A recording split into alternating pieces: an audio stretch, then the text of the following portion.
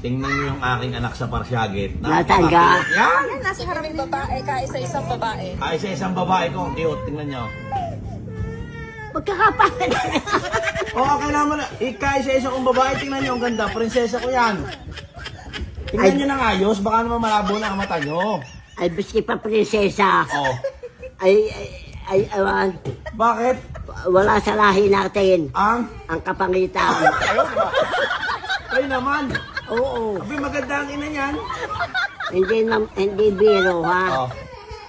Tingnan niyo ang labi. Napakaganda ng labi. Tingnan niyo. Napakanipis ng labi. Ay, pagkakakapal eh. Ito, malabo na ang mata niyo. Malabo. Malabo na ang mata Hindi. niyo. Malabo na ang mata ninyo. Hindi. Mahal na mahal ni Alvin ang bata. Aba, malabo na ang mata niyo. Gandang-ganda. Ay, oh. Ay, ang ilong. Oo, nanay, ako nasasaktan. Ang ganda, kaya isa kong babae yan. Ha? Kaya isa kong babae. Ay, kahit na isang babae. Oh. Kala ko malabo ang mata niyo. Ay, wala akong masabi. Bakit?